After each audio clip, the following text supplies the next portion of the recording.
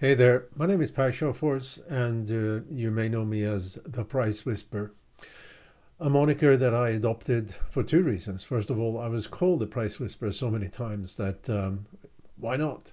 Secondly, with a weird name like mine, it's easier to find me. For example, if you Google the Price Whisperer, you'll find me. You'll find my book. You'll find my YouTube channel. You'll find my company and all that good stuff. So the Price Whisperer, that's me.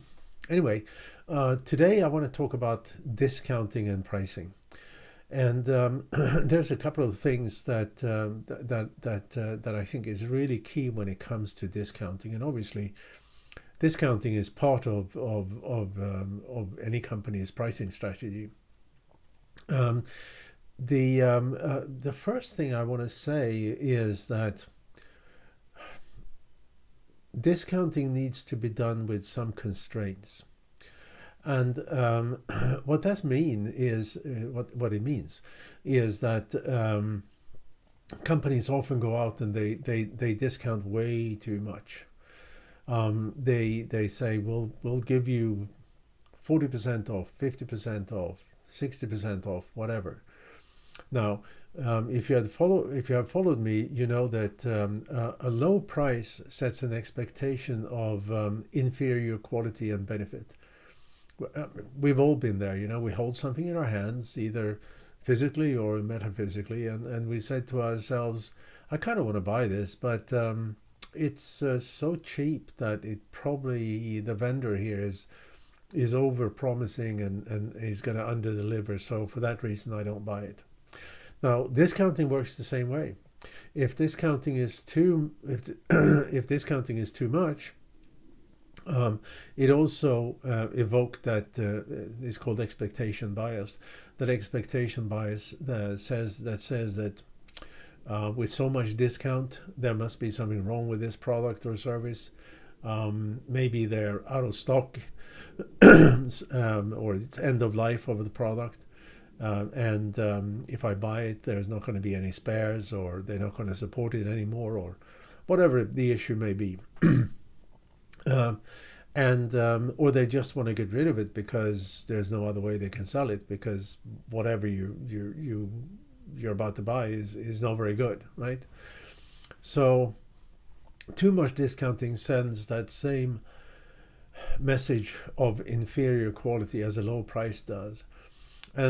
And that also means that moderate discount is something that actually do help, and and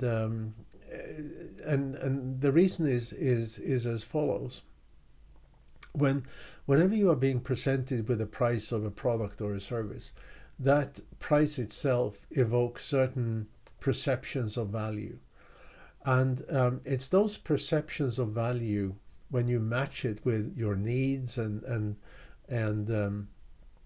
with your circumstance, that makes you want to make a buying decision, or not, you know.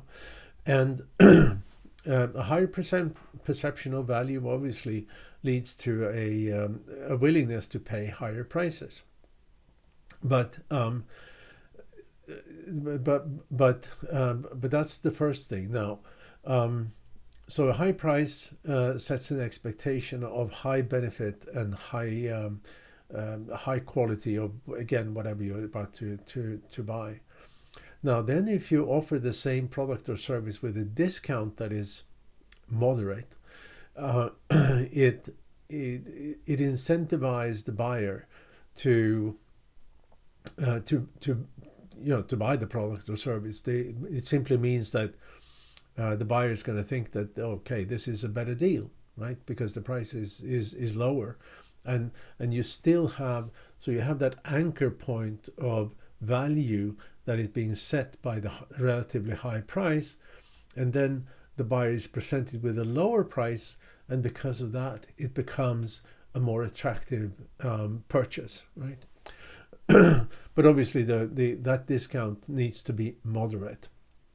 And in fact, what we have found in the methodology that I developed and that we use in my company, not only can we predict sales volume at different prices, we can also predict sales volume at different discount levels. And what is consistent in that is that rarely do we see any company, any product, any service that should be discounted more than 10%. More than 20%.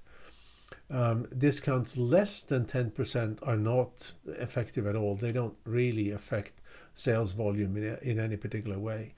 Discounts over 20% means that doesn't increase the sales volume. You just leave money on the table. So if you discount 20%, you're going to have a certain sales volume. If you discount 30%, you're going to have about the same sales volume. You discount 40%, you're still going to have about the same sales volume.